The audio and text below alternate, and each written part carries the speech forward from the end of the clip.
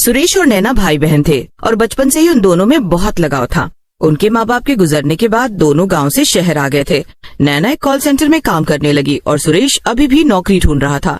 एक शाम को उनका मकान मालिक उनके पास आया और बोला, देखो, मैंने तुम दोनों को काफी लंबे वक्त से अपने घर पर किराए पर रखा हुआ है, लेकिन तुम दोनों कभी भी किराया समय पर नहीं देते हो। अब ऐसे काम नहीं चलेगा। भैया, आप तो जानते ही है ना कि सुरेश को कोई नौकरी नहीं मिल पा रही है। मैं अकेले ही काम करती हूँ, लेकिन जैसे ही उसे नौकरी मिल जाएगी हम आपका किराया एकदम समय पर देने लगेंगे। अरे अरे, कब से मैं यही कहानी सुन रहा हूँ। अब बस बहुत हुआ, मुझे अब से अपना किराया एकदम समय से चाहिए। और इतना ही नहीं, अब मैं किराया बढ़ा भी रहा हूँ। तभी सुरेश वहाँ आ जाता है और ये सब सुन लेता है। वो मकान मालिक से कहता है, क्या? अरे ये तो सरासर गलत है ना भैया, आप ऐसे अचानक से किराया क्यों बढ़ा रहे हैं? ओहो, तो अब तुम मुझे बताओगे कि क्या गलत है और क्या सही? हाँ, अगर आपको तमीज नहीं है तो मुझे ही बताना पड़ेगा ना। ठीक है, तो अब कल के कल तुम मेरा घर खाली करके यहाँ से दफा हो जाओ, वरना मैं पुलिस को बुला लूंगा। जाओ और कहीं जाओ और अपनी तमीज की शिक्षा दो। इतना बोलकर मालिक गुस्से में वहाँ से चला जाता है। ये सब तुमने क्या किया सुरेश? इस शहर में इतनी महंगाई है और बड़ी मुश्किल से हमें कम दाम पर ये घर मिला था।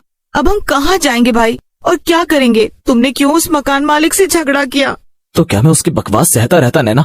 अरे मैं काम ढूंढ तो रहा हूँ ना, जल्दी मुझे काम मिल भी जाएगा, देखना। तुम फिक्र मत करो, मेरा एक दोस्त है जिसका घर खरीदने और बेचने का बिजनेस है। उसके पास रहने के लिए कोई ना कोई जगह जरूर होगी। हम कुछ वक्त के लिए वहाँ रह लेंगे और फिर तब तक कोई दूसरा काम ढूंढ लेंगे। ठीक है, जैसा तुम्हें सही लगे। अगले दिन नैना और सुरेश अपने किराए का घर छोड़कर सुरेश के दोस्त के बताए एक घर में शिफ्ट हो जाते हैं। सुरेश का दोस्त भी उनके साथ आया हुआ था। देखो सुरेश, इस घर के जो मालिक है ना, वो विदेश में रहते हैं। ये घर काफी सालों से खाली पड़ा हुआ है और मुझे इसे बेचने की जिम्मेदारी हाल ही में मिली है। यहाँ पे तुम आराम से कुछ दिनों तक रह सकते हो। Thank you so much Bunty, मैं जल्द से जल्द कोई नौकरी ढूंढ लूंगा और ये घर खाली कर दूंगा। मेरी मदद करने के लिए तुम्हारा ये एहसान जिंदगी भर नहीं भूलूंगा। अरे सुरेश, ये तुम कैसी बातें कर रहे हो? मतलब एक दोस्त थी तो दोस्त के काम आएगा ना। हाँ, अरे सुरेश, मैं एक बात तो बताना भूल ही गया। ये जो घर है ना, इसको लेकर कुछ कहानियां फैली हुई हैं। लोग कहते हैं कि यहाँ पर एक दरवाजा है जो कि बड़ा ही रहस्यमयी है और जिसने भी उसे खोला है उसके साथ कुछ बुरा ही हुआ है। इसलिए कुछ भी हो जाए, तुम दोनों उस दरवाजे को मत खोलना। मुझे नहीं पता था बंटी कि तुम ऐसी कहानियों में यकीन करते हो। अरे ये सब केवल अफवाह होती है बस। क्या तुम भी सुरेश? अगर बंटी कुछ कह रहा है तो मान लो ना। बंटी, तुम बिल्कुल भी फिक्र मत करो, हम उस दरवाजे से दूर रहेंगे। इसके बाद बंटी वापस अपने घर चला जाता है और सुरेश और नैना मिलकर घर की थोड़ी बहुत सफाई करने लग जाते हैं। रात हो जाती है और दोनों लोग खाना खाकर सोने चले जाते हैं। आधी रात में सुरेश को जोरों की भूख लगती है तो वो किचन की तरफ जाता है। आज मैंने रात का खाना ठीक से नहीं खाया था, इसलिए मुझे इतनी जोरों की भूख लगाई है। चलो जल्दी से कुछ हल्का फुल्का खा लेता हूँ और सो जाता हूँ। कल सुबह जल्दी उठकर नौकरी ढूंढने भी जाना है। सुरेश किचन से खाना खा के जब वापस अपने कमरे की तरफ जा रहा था तो उसे वही भूतिया दरवाजा दिखाई दिया। तो यही है वो रहस्यमय दरवाजा। ये नैना और बंटी जैसे पढ़े लिखे लोग भी कैसी कैसी कहानियों पे यकीन करते हैं। अभी तो नैना भी सो रही है, जरा मैं इसके अंदर जाकर देखता हूँ कि आखिर अंदर क्या है ऐसा। सुरेश बिना ज्यादा कुछ सोचे समझे दरवाजे को खोलकर अंदर चला गया। अंदर अंधेरा ही अंधेरा था और दूर दूर तक कुछ भी नजर नहीं आ रहा था। ओह, इस जगह तो एक भी लाइट नहीं है। जरूर बिजली वाला यहाँ आने से डर गया होगा, इसलिए यहाँ लाइट नहीं लगाई गई। चलो बहुत हुआ टाइम पास, अब वापस चलकर सो जाता हूँ, वरना कल सुबह आंख नहीं खुलेगी। सुरेश वापस जाने लगता है, तभी एक रोशनी उसका पीछा करने लगती है। सुरेश वापस दरवाजे से बाहर आ जाता है, वो रोशनी भी उसके साथ चली आती है। फिर वो अपने कमरे में जाकर सो जाता है। अगले दिन नैना उसे उठाने आती है। उठो सुरेश, क्या तुम्हें देर नहीं हो रही है? मुझे भी काम पे जाना है, मैंने तुम्हारे लिए नाश्ता बना दिया है, जल्दी से चलकर खा लो। नैना सुरेश की बातों को नजरअंदाज कर देती है और जल्दी से अपने काम पर चली जाती है। सुरेश भी नौकरी ढूंढने के लिए तैयार हो रहा था, लेकिन उसे पूरे टाइम यही महसूस हो रहा था कि उसके कंधों पर बहुत वजन है। जैसे तैसे सुरेश नाश्ता करके चला गया। ओहो, अभी तो मैं कुछ दूर ही चला हूँ और अभी से मुझे ऐसा लग रहा है कि मानो मैं गिर जाऊंगा। नहीं, मुझे वापस घर जाना पड़ेगा, वरना मैं पक्का यहीं गिर जाऊंगा। सुरेश वापस घर आ जाता है और मुंह धोने के लिए बाथरूम के शीशे के सामने जाकर खड़ा हो जाता है। लेकिन जैसे ही वो शीशे में देखता है, उसके पैरों तले जमीन ही खिसक जाती है। उस पर एक भूत सवार था। ये क्या? भूत, भूत बचाओ! चिल्लाना बंद कर, वरना मैं तुझे तुरंत खा जाऊंगा। क्या? नहीं, मुझे मत खाना, मैंने कुछ भी नहीं किया है। अरे ये कौन कहता है कि तूने कुछ किया है? तूने तो मेरी बड़ी मदद की है। तूने मुझे उस अंधेरे कमरे की कैद से आजाद किया है। तूने मुझ पर बड़ा एहसान किया है। अच्छा, तो अगर मैंने तुम्हारी मदद की है तो तुम ऐसे मुझे परेशान क्यों कर रहे हो? क्योंकि अभी तुझे मेरी और भी मदद करनी है। इतना कहकर भूत सुरेश के शरीर में घुस जाता है। अब सुरेश की आंखें एकदम लाल हो गई थी।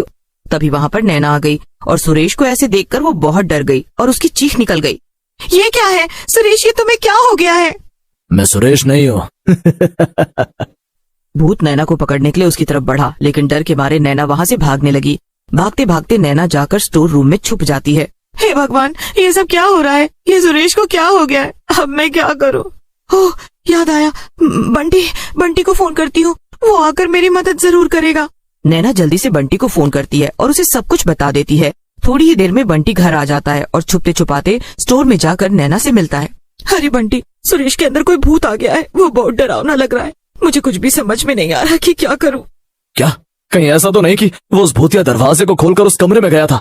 मुझे नहीं पता बंटी, मैं घर पर नहीं थी, हो सकता है कि ऐसा ही हुआ हो सकता है नहीं, मुझे तो पूरा यकीन है कि ऐसा ही हुआ है। जरूर उस कमरे में कोई भूत होगा जो सुरेश के साथ साथ बाहर आ गया। मुझे तो कुछ समझ नहीं आ रहा है नैना। थोड़ी देर तो नैना और बंटी वहीं पर चुपचाप बैठे रहते हैं। फिर नैना को एक आइडिया आता है और वो बंटी से कहती है, मुझे तो अब बस एक ही रास्ता नजर आ रहा है। हमें सुरेश को वापस उस कमरे में ले जाना होगा। वहीं से ये भूत आया है और इसे वहीं ले जाकर हराया जा सकता है। हाँ नैना, तुमने बिल्कुल सही कहा। मुझे भी यही लगता है कि ये भूत उस कमरे में ही सबसे ज्यादा कमजोर होगा, इसलिए वहां पर इसे हराना बहुत आसान होगा। तो देर किस बात की है, हम आज रात ही अपने प्लान को अंजाम देंगे बंटी। रात होते ही नैना और बंटी दोनों उस भूतिया दरवाजे को खोलकर उस अंधेरे कमरे में चले गए। यहाँ तो बड़ा अंधेरा है नैना, मुझे तो कुछ डर लग रहा है। चुप करो बंटी, ये डरने का समय नहीं है। अरे डरने का भी कोई समय होता है क्या नैना? अच्छा ये बताओ, तुम सुरेश के ऊपर सवार उस भूत को यहाँ लाओ क्यों, कैसे? बस तुम मेरे साथ इस दरवाजे से सट कर खड़े रहो। जैसे ही मैं तुमसे कहूँ, मेरे साथ सुरेश के पैर पकड़ लेना और उसे यहाँ अंदर खींच लेना। मैंने उसके लिए एक ऐसा जाल बिछाया है कि वो यहाँ जरूर आएगा। नैना और बंटी चुपचाप खड़े रहकर भूत के आने का इंतजार करने लगे। असल में नैना ने भूत के लिए एक जाल बिछा रखा था। उसने दरवाजे पे ही 2 मरे हुए चूहे रखे थे और उसका प्लान भी काम कर गया। भूत चूहों को सूंघते हुए वहां तक आ पहुंचा। तभी भूत को दरवाजे के पास पड़े चूहे नजर आते हैं। भूत लालच में आकर चूहों को खाने के लिए दरवाजे के पास आ जाता है। बंटी और नैना मिलकर भूत के पैर पकड़ उसे दरवाजे से अंदर खींच लेते हैं। अंदर आते ही भूत तड़पने लगता है। थोड़ी ही देर में वो सुरेश के शरीर से बाहर आ जाता है और दूर जाकर गिर जाता है। ओह नहीं, मैं फिर से इस कमरे में कैसे आ गया? यहाँ तो मेरी कोई भी शक्ति काम नहीं करती। मुझे जल्दी से यहाँ से बाहर निकलना होगा। भूत वापस सुरेश के शरीर में घुसने की कोशिश करता है, लेकिन उससे पहले ही नैना और बंटी सुरेश को उठाकर कमरे से बाहर ले जाते हैं। नैना जल्दी से उस दरवाजे को बंद कर देती है और भूत फिर से वहीं पर कैद हो जाता है। सुरेश और नैना उस घर को खाली कर देते हैं और वो भूतिया दरवाजा एक बार फिर से हमेशा के लिए बंद हो जाता है।